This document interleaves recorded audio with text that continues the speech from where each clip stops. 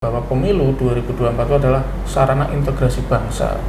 Jadi disitulah berbagai kepentingan, berbagai keperluan hanya di pemilulah itu yang menjadikan mempersatukan di situ. Ada berbagai kepentingan dan sebagainya untuk membuat kekuasaan yang tadinya itu hal-hal yang bahasa tanda kutip haram, ya di situ dihalalkan di pemilu.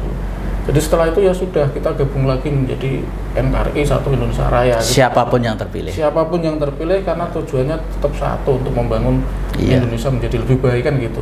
Assalamualaikum warahmatullahi wabarakatuh. Selamat siang, salam sejahtera untuk kita semua. Pemirsa Jateng Post TV, berjumpa lagi dengan saya Bejan Saidan dari channel YouTube Jateng Post TV, channel YouTube miliknya Koran Jateng Post di Semarang.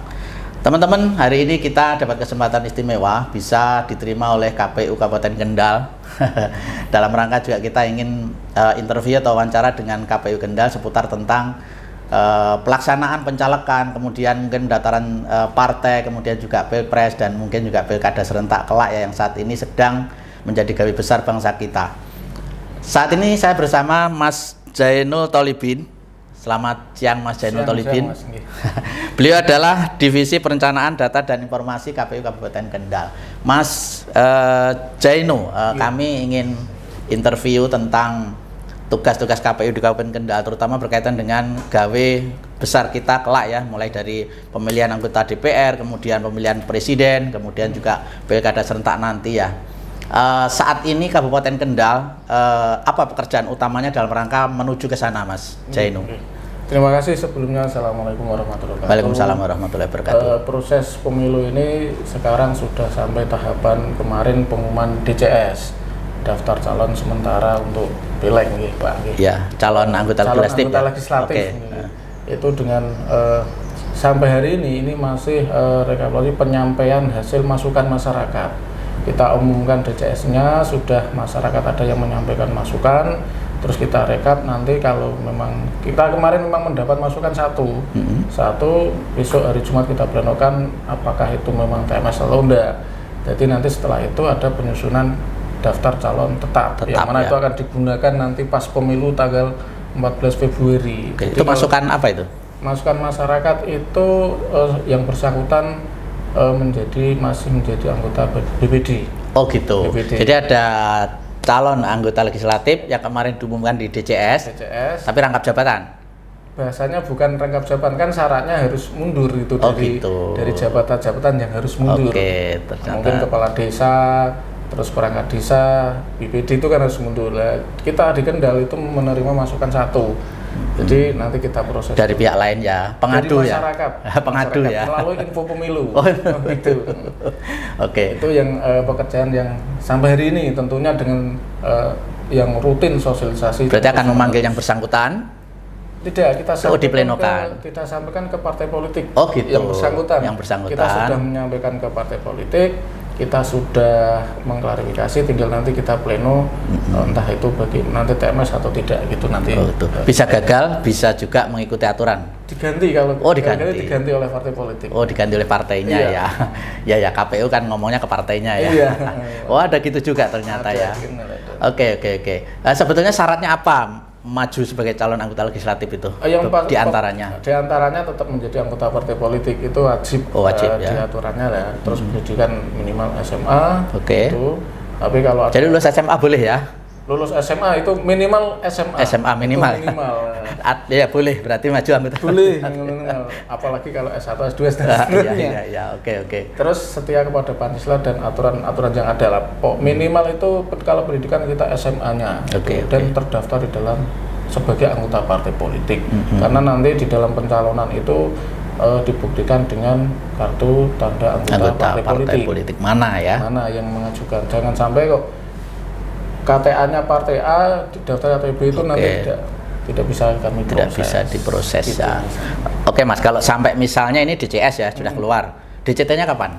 DCT ini kan prosesnya DCT itu rancangannya mulai tanggal 24 September. 12 September ini sampai tanggal 3 Oktober itu rancangan. Nanti penyusunan DCT itu mulai 24 Oktober sampai 2 November. Penetapannya di 3 November dan pengumumannya nanti di tanggal 4 November. Oh, 4 November diumumkan DCT ya. DCT, dan itu sudah tidak bisa berubah lagi. Tidak bisa berubah lagi, harus fix ya. fix yang akan digunakan di surat suara. Kira-kira ada perubahan juga, ada yang tidak lolos diganti gitu, kemungkinan juga pengalaman-pengalaman yang sudah juga? Kalau pengalaman kalau sudah ada, cuma berbedanya gini, kalau pemilu 2019 itu kan dari DCS itu sampai DCT hanya kalau bisa diganti, mengundurkan diri dan meninggal dunia. Oh, itu.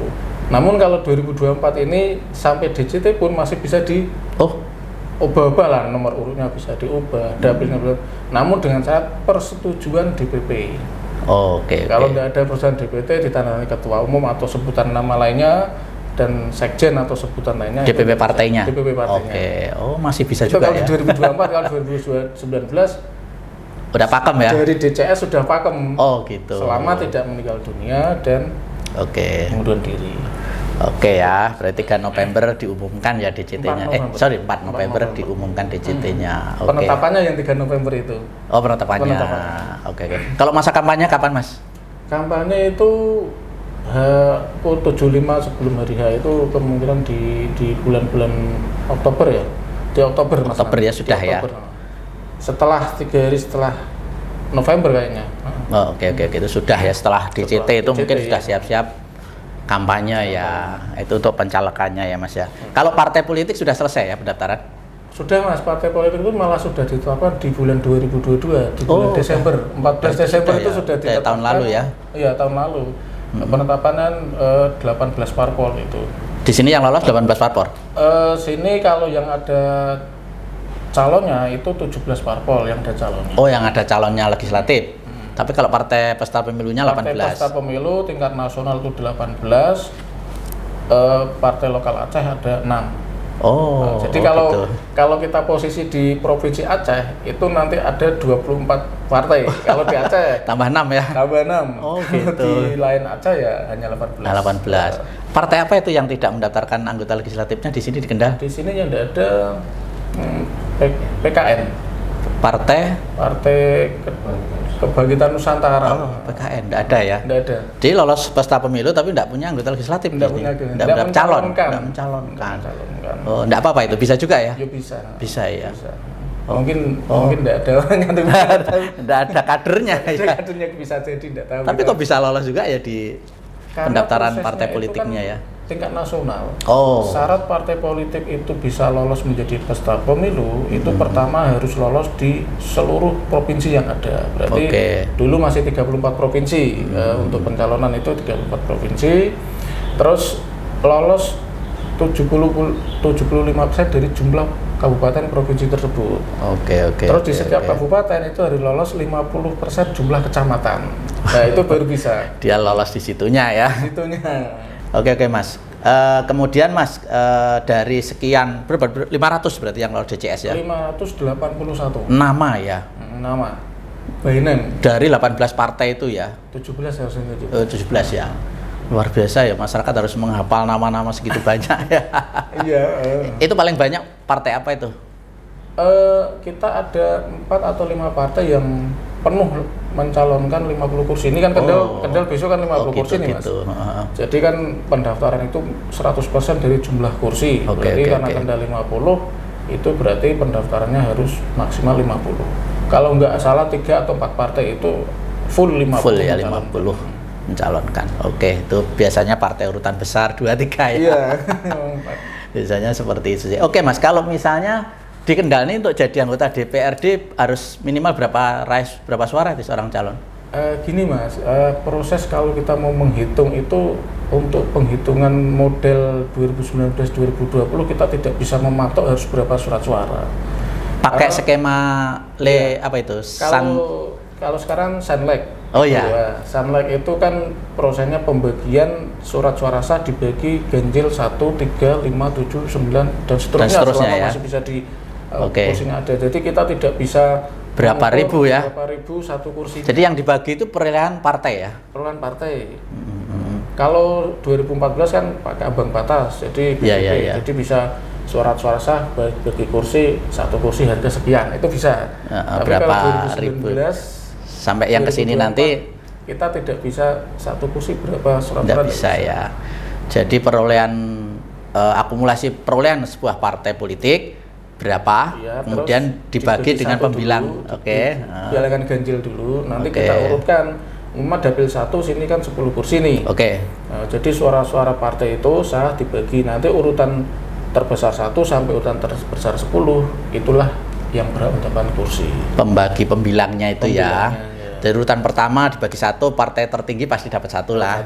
Terus urutan sisa kedua. keduanya, Oke. sisa keduanya kan dibagi 1, mama 1000, 1900, 800, 700. Oke. Bagi 1 berarti yang 1000 itu dapat 1 dulu. Pasti dapat. Pasti, ya. Ya. Terus dibagi 3, 1000 bagi 3 berarti kan 300 sekian, Oke. 903. Dan nanti urutan sampai bagi 7, bagi 9, urutan terbesar 1 sampai 10 itulah yang dapat kursi. Oke. Gitu. Itu skema terbaru ya tahun 2019 sama yang 2024 nanti Iya, akan kita pakai juga ya. Karena 2024 itu kan regulasinya masih baru sama dengan Oke. 2019. Undang-undangnya pun masih sama. Itu sebetulnya lebih mudah apa lebih sulit bagi seorang calon anggota DPR untuk jadi Mas dengan cara itu Mas? Karena masalah sulit atau tidak dengan di calonnya nggih. Ya. Karena sekarang pakainya kan suara terbanyak. Jadi kita bilang sulit juga tidak, kita bilang mudah juga tidak. Karena mereka sebenarnya konstelasinya itu hanya internal partainya sebenarnya. Tidak lagi ke by name pribadi seorang anggota legislatif berarti ya. Maksudnya bagaimana nih? Untuk mendapatkan suara yang bisa untuk menghitung. Itu suaranya pribadi. Suara pribadi. Juga. Oh, suara pribadi juga. Tapi otomatis dari partai mana? Iya, Oh, itu gini gitu. Mas. Pertama kan dari yang suara partai sama jumlah caleg itu dijadikan satu dulu. Oh, digabung. Gabung dulu. Oke. Baru dihitung dapat kursi berapa partai tersebut. Oke. Umpama partai A dapat 1 kursi. Lah caleg 1 sampai terakhir itu yang paling banyak siapa? Oh, gitu. Gitu. Jadi partai akan menunjuk siapa? Bukan menunjuk. Partai akan yang dapat 1 kursi umpama akan diberikan kepada calon yang mendapatkan suara terbanyak pribadinya. Oh. Nah, tadinya digabungkan dulu. Oke. Bahasanya dulu dibelikan kursi lah bahasanya. Iya, biasanya ya. Kursi baru dapat 1. Caleg yang paling banyak siapa? Kasihkan itu. Jadi memang agak rumit juga ya. Harus berjuang ya dua-duanya ya, berjuang pribadinya, berjuang untuk partainya juga begitu, ya. Bisa dikatakan begitu. Sistem yang relatif proporsional sebetulnya proporsional terbuka. Proporsional terbuka ya. Bukan proporsional tertutup. Kalau proporsional tertutup itu kan nomor urut. Oke. Dapat 1 kursi ya kasih nomor 1. Tapi kalau terbuka ya suara terbanyak. Jadi sekarang sebenarnya nomor urut seorang caleg itu tidak begitu penting ya. Kalau untuk terbuka tidak begitu berpengaruh. Pengaruhnya mungkin untuk sosialisasi kemungkinan. Ya, saja mudah ya. Saya nomor 1 gitu ya. Kemungkinan gitu. Tapi untuk penentuan Tetap. siapa yang jadi, Ya. tetap suara terbanyak dari calon masing-masing. Oke, tetap ya.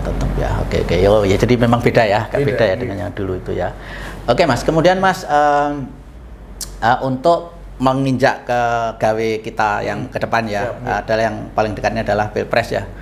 Karena kalau 14 Februari ya Pilpres kita ya, pemilu kita ya, itu kalau dihitung mulai hari ini mungkin sebetulnya tidak lama lagi ya, sekitar 5 bulan atau berapa itu ya. Hitungan 5 bulanan 5 bulan ya. Kita sekitar 5 bulan. Itu waktu yang tidak lama lagi ya untuk Pilpres ya, kita masyarakat juga harus tahu tahapannya apa ini Mas untuk Pilpres saat ini. Kalau Pilpres dari ini belum ada tahapan untuk ke Pilpres. Kita kalau itu kan Pilpres ikut pemilihan serentak yang mana nanti 14 Februari itu kan memilih 5 surat suara. Yang pertama Presiden dan Wakil Presiden, yang kedua DPD, yang ketiga DPR RI, yang keempat DPR Provinsi, dan yang kelima DPR Kabupaten Kota. Jadi dalam 1 hari itu pemilih itu disediakan untuk memilih 5 surat suara. 5 surat suara. Jadi kalau tahapan Pilpres di pencalonan belum ada. Muncul. Cuma untuk tahapan-tahapan yang ada seperti urutan daftar pemilih kan juga ikut di situ. Itu sudah selesai lah kita penetapan. Tinggal sekarang adalah proses dari daftar pemilih tambahan untuk pindah memilih yang pada hari H tidak bisa menggunakan di tempat DPT terdaftar. Kalau pendaftaran calon presiden resmi kapan? Tanggal berapa itu? Nanti kalau resminya di Novemberan kan? November ya. Bulan November itu sudah daftar ya. Seorang calon presiden wakil presiden ya. Iya, kadang kan udah mepet waktunya juga ya. Iya, konstelasinya begitu dinamis lah. Ya. Oke Mas, kemudian yang saya dengar juga untuk ini Mas, pemungutan suara ya. Pemungutan suara untuk tahun 2024 nanti kayaknya agak berbeda dengan penghitungan suara, apa istilahnya? Penghitungan suara ya. Skema penghitungan suara atau metode itu berbeda dengan tahun sebelumnya. Bedanya di mana Mas? Kalau pemungutan masih sama nggih. Kita pemungutan masih jam 7 sampai jam 13 itu pemungutan. Nah, memang di rancangan ini masih rancangan PKPU-nya itu yang sudah bahasanya disampaikan ke kami untuk dipelajari dan untuk beri masukan. Itu akan ada 2 model bahasanya, itu penghitungannya ada 2 panel. Dua panel yang satu panel itu menghitung pemilihan presiden dan wakil presiden serta penghitungan DPD itu di panel 1. Itu kalau yang kedua pada hari yang sama dan waktu yang sama. Berarti mulai 13 ke atas lah, jam 13. Jam 1 ya. Jam 1 ditutup, terus penghitungan. Panel 1. Dan panel 2-nya itu penghitungan DPR RI, DPR provinsi dan DPR kabupaten. Kita belum tahu juknisnya bagaimana karena ini masih rancangan pleno, apakah satu tempat itu di pojok satu sana satu sini atau gimana nanti. Kita menunggu juknisnya. Ini masih rancangannya memang dirancang memang begitu untuk menghemat waktu, karena pengalaman 2019 yang mungkin jenengan tahu dan masyarakat tahu, beberapa petugas kami ada yang wafat kan, meninggal ya, sampai 800 lebih orang ya. Itu hasil penelitian karena pertama karena apa itu Mas? Kelelahan yang mana sebenarnya tidak kelelahan murni, karena yang bersangkutan hasil penelitian itu mempunyai penyakit bawaan, penyakit komorbid sehingga punya penyakit komorbid dengan efek kelelahan yang begitu panjang berpengaruh dan satu Indonesia itu sampai 800 lebih. Satu Indonesia. Petugas KPPS itu ya.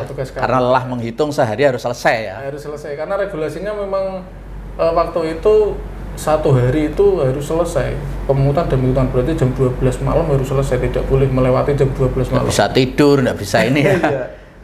Akhirnya walaupun waktu itu hasil putusan MK ditambah 12 jam sampai jam 12 siang. Gitu.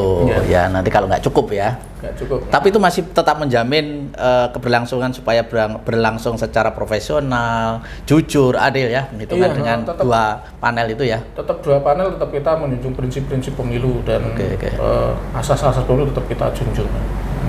Ya, karena tujuannya supaya tidak ada korban-korban kelelahan lagi ya. Iya gitu. Jadi beda, nanti yang menjadi anggota KPPS harus tahu itu ya. Pertama kita sudah dibatasi, umur KPPS-nya dibatasi. Gitu, berapa? 50. Sekarang? 50. Kalau kita melihat di KPPS pemilihan Pilkada kemarin tahun 2020 itu sudah membatasi umur KPPS maksimal 50. Gitu. Dan kemungkinan itu akan digunakan juga untuk pemilu 2024. Tidak terlalu tua ya. Karena hasil penelitian kemarin itu yang banyak komorbid itu 50 ke atas. Yang tua juga. Yang tua gitu. Ya, seharusnya sudah istirahat, masih harus kerja keras. Ini yang muda ini saatnya, yang muda harus mau terjun ya. Harusnya yang muda-muda ini ikut, jangan takut lah. Ya, harus mau ngurusi gawe negara ini ya. Gawe negara, jangan bahasanya marilah kita bersama-sama, tidak hanya jadi pemilih, dari penyelenggara juga, itu juga sebagai bentuk kita pada negara untuk mengabdi kan. Oke Mas, saya singgung juga tentang Pilpres atau Capres ya. Kalau Pilpres itu syarat minimal harus ada berapa pasang Mas? Kemudian boleh nggak itu calon independen kalau Pilpres itu? Sampai hari ini calon independen tidak diatur, belum diatur gitu. Jadi tidak ada aturan untuk calon independen presiden, belum ada aturan. Kalau syarat minimal sampai hari ini memang baru dua calon. 2 calon ya. Kalau calon. 1 berarti tidak digelar dong. Sampai hari ini belum ada regulasinya, belum ada aturan ke situ. Karena minimal harus 2 ya. Ada 2. Kita tidak tahu pembuat undang-undangnya nanti. Iya. Akan ada aturan lain atau enggak? Atau tidak sampai ya. Hari ini tetap 2 calon. Harus 2 baru bisa digelar ya. Ya, bisa digelar. Dan tidak boleh ada calon independen seperti pilkada ya. Belum ada aturannya. Regulasi juga ya. Oke Mas, kemudian kita menginjak ke gawe berikutnya yaitu adalah pilkada serentak ya. Iya. Apa istilahnya itu pemilihan serentak ya. Kalau tadi pemilu, kalau ini pemilihan serentak itu memilih kepala daerah ya, gubernur sampai bupati wali kota. Itu tidak bareng yang dengan Pilpres ya. Itu kapan jadwalnya? Tidak, Mas. Kalau memang semuanya serentak itu di tahun 2024. 2024-nya serentak Pilpres dan pilkada. proses kalimat frasa serentak itu di dalam 1 tahun itu dalam 1 tahun. Tadinya memang mau digabungkan satu hari, namun kalau 7 surat suara kemudian bebannya begitu total menjadi 7 ya. 7. Jadi gitu. Jadi hasil RDP dan keputusan itu nanti pilkada serentak, pemilihan serentak itu akan digelar di bulan November, dan itu sudah ada di undang-undang, memang ada bahwa pilkada serentak di bulan November. Kalau tanggalnya sampai hari ini masih tanggal 27 November. Jauh ya Mas antara pilpres dengan pilkada pilpres serentak. 14, kalau itu kan enggak, hitungannya kan gini Mas. Pelantikan presiden itu kan 20 Oktober. Oh, pelantikannya 20 Oktober. Jadi di November kemungkinan kan. Oh ya, kalau nunggu hasil presiden ya dekat ya, 1 bulan ya. Kalau pencalonan itu kan dasarnya pemilihan serentak itu dasarnya adalah hasil pemilu. Oh iya, hasilnya, betul. Jadi pemilu. Nunggu hasil dulu ya. Di Februari itulah digunakan di November.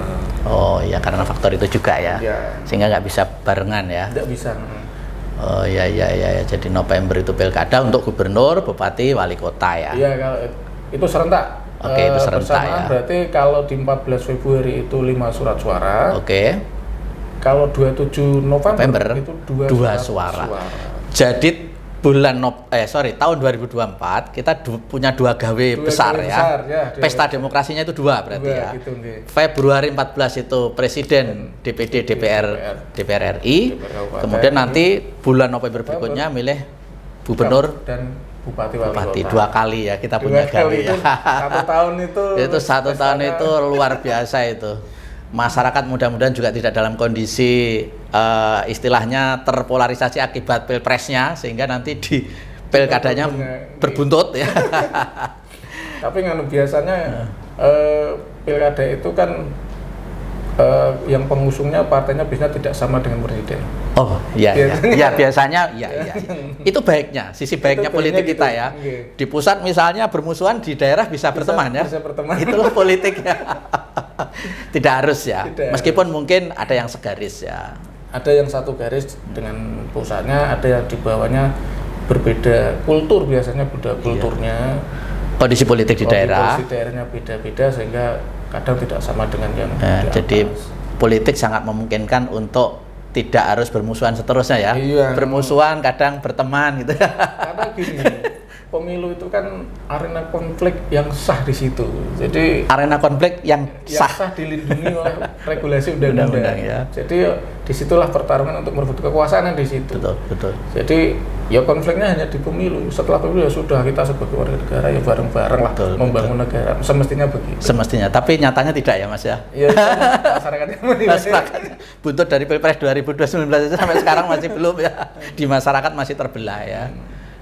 Makanya kan ini Pak Ketua KPU RI kan membuat atau menyampaikan bahwa pemilu 2024 itu adalah sarana integrasi bangsa. Jadi disitulah berbagai kepentingan, berbagai keperluan hanya di pemilu lah itu yang menjadikan memersatukan di situ. Ada berbagai kepentingan dan sebagainya untuk membuat kekuasaan yang tadinya itu hal-hal yang bahasa tanda kutip haram ya di situ dihalalkan di pemilu. Jadi setelah itu ya sudah, kita gabung lagi menjadi NKRI, Satu Indonesia Raya. Siapapun yang terpilih. Siapapun yang terpilih, karena tujuannya tetap satu, untuk membangun Indonesia menjadi lebih baik kan gitu. Tuh. Mudah-mudahan kita semuanya mulai dari elit kita yang di atas sampai ke bawah itu punya pemahaman yang sama ya. Iya, begitu yang diharapkan. Wong nyatanya itu politik ya. Di atasnya itu awalnya musuhan. Berikutnya itu mereka di sana berteman, yang di bawah masih musuhan. Itu kan rugi sendiri ya Mas? Ya semestinya tidak begitu lah. Iya. Kita pemilu pesta demokrasi ya selesai lah gitu. Tuh, di Kendal ini terutama khususnya juga ya, masyarakatnya harusnya paham itu bahwa kamu masih bermusuhan akibat dari Pilpres, tapi yang di atas sudah berteman gitu.